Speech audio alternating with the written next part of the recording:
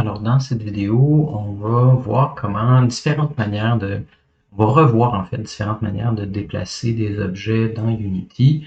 Pour ça, on va utiliser... on va passer de ce qu'on a vu au début de la session, le Translate ou le Rotate, pour utiliser ensuite le système de physique 2D. Donc, si pour l'exemple, on va utiliser, c'est ce qu'on avait utilisé pour la piste de course là, au cours 8. Donc, j'ai une petite voiture, j'ai mes input actions pour gérer mes flèches, pour gérer mon déplacement puis ma rotation. J'ai une vitesse de déplacement, de rotation. Pour l'instant, j'ai un rigid body qui me sert pas à grand chose à part en collision avec les objets, puis un box collider qui me permet de bloquer, d'entrer en collision, de gérer les collisions. Donc le rigid body, on regarde, il y a un gravity scale de 0 évidemment, je ne vais pas tomber, mais en ce moment, la manière dont j'ai codé mon jeu, on ne s'en sert pas vraiment du rigid body à part pour s'assurer de pouvoir entrer avec les éléments. Si je teste, oups, j'arrive ici, et là, j'ai ma voiture. Oui, si je peux, voilà. Oups, évidemment. Ça ici, je peux tourner. Mais on voit que au niveau de la simulation, ben, ma voiture, il n'y a pas vraiment d'accélération. Puis, en ce moment, j'applique pas vraiment de force capable de déplacer mon petit cône orange, mais je lui envoie pas, je ne transfère pas ma force comme une vraie simulation de physique. Donc, pour les besoins d'un mini-jeu, ça peut très bien faire l'affaire. Donc, c'est pas une mauvaise chose, mais il y a des moyens un peu mieux pour gérer là, les déplacements. Vous voyez, quand j'arrête, ben, ça s'arrête automatiquement. Il n'y a pas de décélération non plus. Donc, si je reviens dans mon code, on va regarder de quoi ça va l'air avant. Donc, j'ai ici, dans mon code, j'ai ma vitesse de déplacement, j'ai des variables dont on va se servir plus tard, mon rigid body dont on va se servir plus tard aussi. J'ai activé, désactivé mes touches pour pouvoir gérer tout ça. Puis, j'ai mon rigid body avec get component, rigid body 2D, super. Mais je m'en sers pas encore de toute manière. Puis, dans mon update, ben, j'avais récupéré le déplacement, donc les touches, donc c'est 0, 1 ou moins 1, la vitesse et le time.delta-time pour uniformiser les déplacements en fonction des différents appareils. Donc, si le update va rouler plus vite sur des machines plus fortes et moins vite sur des machines plus faibles, puis time.delta-time, en multipliant ça, ça permet de normaliser là, les vitesses entre les différents appareils. Donc, j'utilise Translate en Y, donc c'est le par en avant, donc avec le space.self, ça me permet de détecter le transform.up. Et en ce moment, ça ici, ça permet d'appliquer une rotation. C'est fonctionnel, mais moi j'aimerais utiliser la physique pour pouvoir avoir soit une accélération, une décélération, ou au moins utiliser la friction du déplacement. Donc, ce que je vais faire, je vais mettre ça en commentaire pour que vous voyez l'évolution du code. On va aller sur la documentation. Dans Rigid Body 2D, dans la documentation, vous allez voir qu'il y a énormément de choses. On avait commencé à voir ça. Il existe Linear Velocity, qui est comme en fait la vitesse courante. Donc, par exemple, si je vous dis que vous conduisez une voiture, si je dis à la voiture que la vélocité linéaire, par exemple en Y, est de 100, ça veut dire que c'est comme si je donnais, j'envoyais ma voiture instantanément à 100 km/h. Ça peut être intéressant. Si je relâche tout ça, ben, la vélocité va aussi être impactée par la friction, par les forces qui viennent autour. Donc, la voiture va finir par ralentir quand même d'elle-même.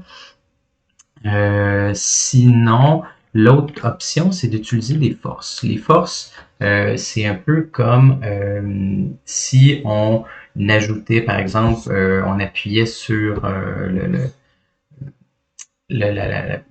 l'accélérateur de la voiture. Donc, on vient ajouter des forces. On va le voir souvent, les forces un peu plus comme avec une fusée ou avec des explosions. Donc, ça va donner une impulsion d'une certaine manière. Donc, il y a différents types de forces. On va voir les deux. Donc, si je veux utiliser, pour faire la même chose, on va voir les trois juste pour qu'on voit l'impact différent de ce que ça fait. Si j'utilise, donc ça c'est déplacement avec le transport physique. Super. Du moment qu'on va vouloir utiliser la physique, on va vouloir faire deux choses. On veut détecter dans le update les touches, parce que l'update roule plus rapidement, comme j'ai dit. Puis, dans il y a une fonction qui s'appelle Fixed Update. Ça veut dire que cette fonction-là, elle est exécutée un nombre fixe de fois en termes de FPS, donc c'est 50 fois par seconde. Au niveau de l'application de la physique, c'est plus optimal d'appliquer notre physique dans le Fixed Update pour avoir une réaction qui est plus ce qui est attendu. Donc, j'arrive ici. Moi, ce que je vais vouloir faire, c'est détecter mes inputs. Donc, ce que j'ai mis ici, là, comme j'avais fait ici, je vais les mettre dans une variable qui est plus grande que je vais pouvoir utiliser dans mes deux fonctions. Fait que dans le update, on va détecter est-ce que j'ai appuyé sur mes touches de déplacement, mes touches de rotation. Puis ensuite, par rapport à ce que j'ai récupéré, je vais appliquer la physique dans le fix update. Donc, déplacement input est égal à on déplacement read value float. Comme ça. Puis rotation input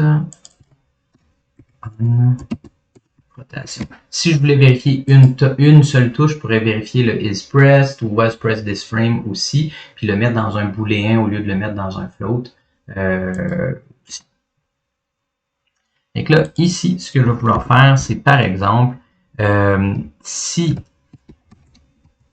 ici, par exemple, si mon déplacement n'est pas égal à 0, ok, ben, à ce moment-là, je pourrais dire, ben, j'aimerais appliquer, je voudrais que ma vélocité linéaire soit appliquée.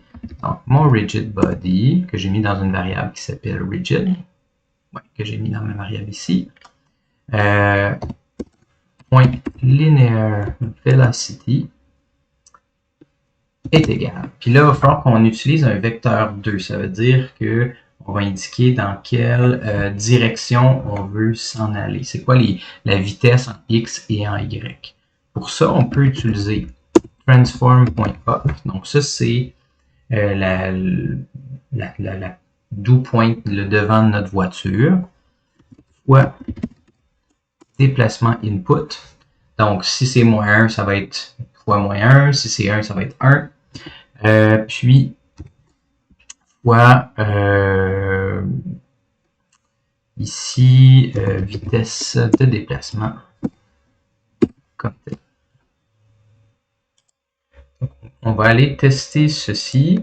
J'arrive ici, j'ai compilé et vous allez voir tout d'un coup, quand j'appuie, ben, ma voiture continue de rouler. Donc, ça donne une impulsion, ça donne une vitesse quand mon bouton est enfoncé. Quand j'ai rien, c'est la vitesse résiduelle, donc le linear velocity qui reste de ma voiture qui est appliquée. Puis pourquoi est-ce qu'elle ralentit? C'est qu'on a mis un linear damping puis un angular damping sur notre voiture. En ce moment, c'est pas très haut. Si je mets ça par exemple à 5, ben là, vous voyez que la voiture va freiner plus rapidement. Il y a plus de friction. Au contraire, si je mets ça à 0, la voiture va glisser à l'infini.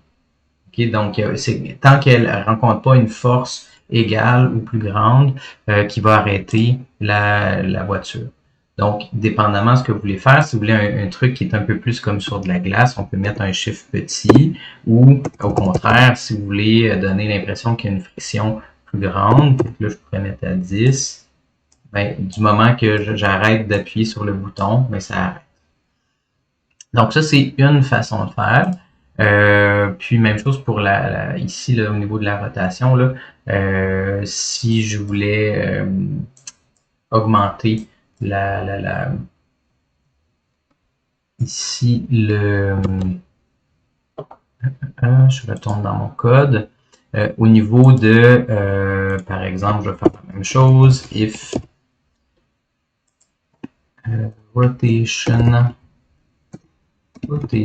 input n'est pas égal à 0, ben je vais rigid, oui, plus point angular velocity est égal à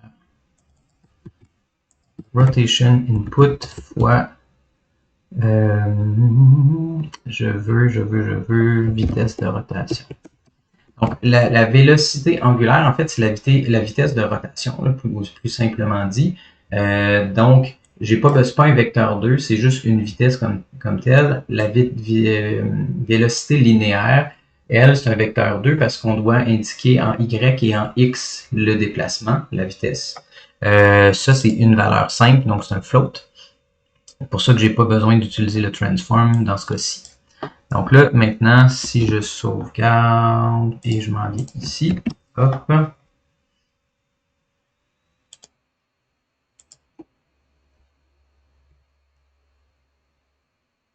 Et là, ce que je peux voir, c'est que, vous voyez, comme en ce moment, le linear angular damping n'est pas très haut non plus. C'est le même principe, c'est l'espèce de friction, mais sur la rotation. Donc là, en ce moment, ça donne un effet qui est un peu comme une voiture qui glisse sur une plaque de glace, parce que la friction de rotation n'est pas assez grande. Si je mets ça à 4, je ne sais pas, j'invente des chiffres que je n'ai pas testé encore. Puis ici, j'avais dit que 10, c'est pas mal. Peut-être que ma vitesse de rotation n'est pas assez grande, mais il faudrait tester avec différentes valeurs, mais ça va être le principe comme tel. Si je mettais mon damping, mon angular damping à 0, ma voiture, du moment que je donne une impulsion, il va tourner à l'infini, comme si on était sans gravité dans l'espace, sans friction. Donc, ça peut être quand même cool comme effet. Ce qu'on remarque, par exemple, c'est qu'il n'y a pas une accélération. Donc, du moment que j'appuie sur le bouton, j'applique la vitesse comme si j'étais à fond la caisse. Donc, la différence avec la prochaine manière de faire, vous allez voir, c'est qu'on va avoir une accélération en plus. Donc, ça, c'est sans accélération. Ça peut fonctionner très bien pour un personnage, pour n'importe quel élément qui est pas en accélération. Dans le cas de notre voiture, la force, ça va être peut-être plus intéressant. Mais voilà, fait que je vais mettre ça ici en commentaire. La physique va s'appliquer de la même manière. Par exemple,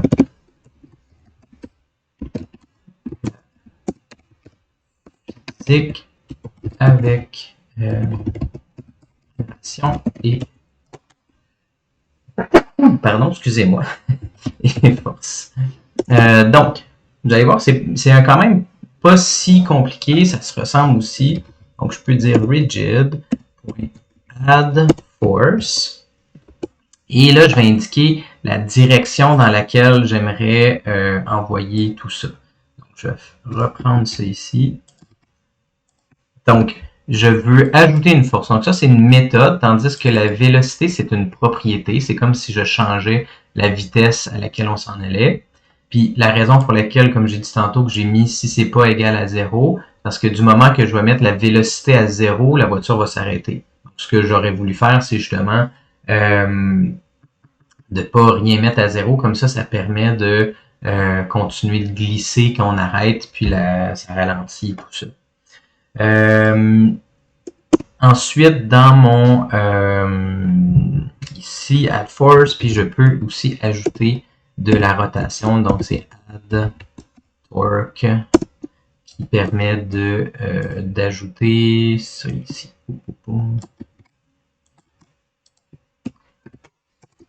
tout simplement.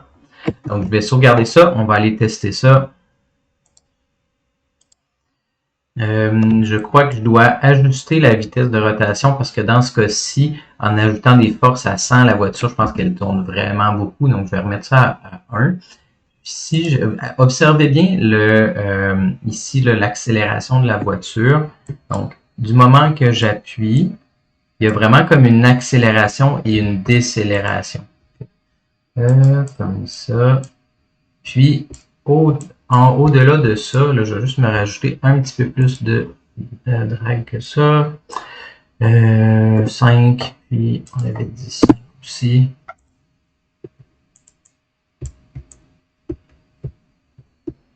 Voilà.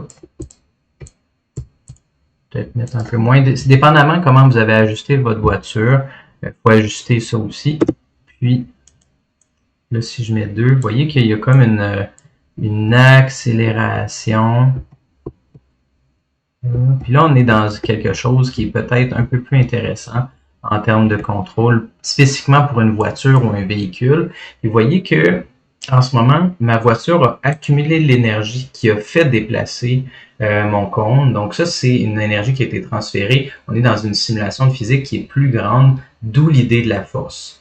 Donc, la vélocité linéaire, elle, va pas avoir d'impact. Mais au niveau de la force, mais là, on ajoute de l'énergie à ma voiture.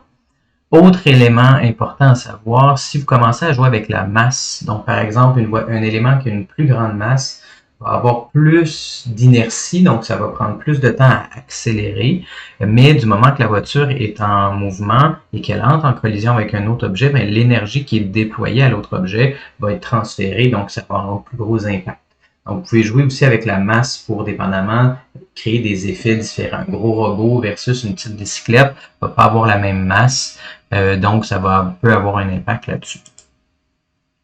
Je vais retourner à mon code. Le dernier truc que je veux vous montrer, et là, je vais pas je vais le faire, mais normalement, je l'utiliserai plus pour un vaisseau, pour un saut, ou pour quelque chose qui a besoin d'une impulsion. Donc, on peut rajouter un deuxième paramètre au add force. Et là, ça serait un force mode impulse. Donc, ce que ça va permettre de faire, c'est créer une impulsion. Fait que vraiment comme par exemple un missile qui enverrait de l'énergie par impulsion, ou une explosion de quelque chose, ou un saut d'un personnage. Le personnage, quand on saute, on va utiliser justement le mode impulsion des forces pour créer vraiment comme un bond. Si je reviens dans Unity et que je compile ça, donc là, je vais probablement devoir diminuer, je vais le tester là, mais à mon avis, si je garde ça enfoncé tout le temps puis que ça rajoute des forces, ma voiture elle va partir vraiment vite. Okay? Donc, vous voyez que ça envoie vraiment. Fait que normalement, ce qu'on voudrait faire, c'est vérifier si la touche est enfoncée et non pas vérifier was pressed this frame et non pas is pressed, donc une seule fois pour pouvoir donner des petites impulsions. Donc ça, vous voyez ici, là, ça va vraiment très vite. Je pourrais diminuer aussi mon déplacement. 5. Fait que ça viendrait donner comme des boosts, là, un peu comme une nitro. Là. Fait que je pourrais utiliser ça si je voulais faire dans ma course là, un effet de nitro pour donner un petit boost. Donc, si je reviens au code puis qu'on fait juste un petit tour dans la dernière minute, on peut déplacer avec le transform. On peut déplacer aussi avec la physique. Si on déplace avec la physique, on récupère le input dans le update et on applique la physique dans le fixed update. Ensuite, dans le cas de la vélocité linéaire, c'est une vitesse. On change la vitesse de l'objet. Donc, on peut lui mettre une direction et une vitesse de déplacement. Et dans le cas des inputs, si on a appuyé sur le bouton ou pas. Puis, si on veut faire tourner l'élément, ça va être un angular velocity. Et dans le cas où on veut utiliser des forces, là, à ce moment-là, ça va être un add force et un add torque pour la rotation. Même principe, la force, on donne une direction fois la vitesse fois le input si on en a besoin. Puis, si j'ai besoin d'appliquer la force sous forme d'impulsion, donc des fusées ou des boosts, à ce moment-là, on va rajouter le force mode impulse. Sinon, on met rien du tout parce que le paramètre par défaut qui est force, si on le met pas, c'est celui-là qui est utilisé. Donc, à ce moment-là, on n'a pas besoin de le mettre. Voilà, je vais arrêter la vidéo là, puis c'est tout pour les déplacements avec la physique.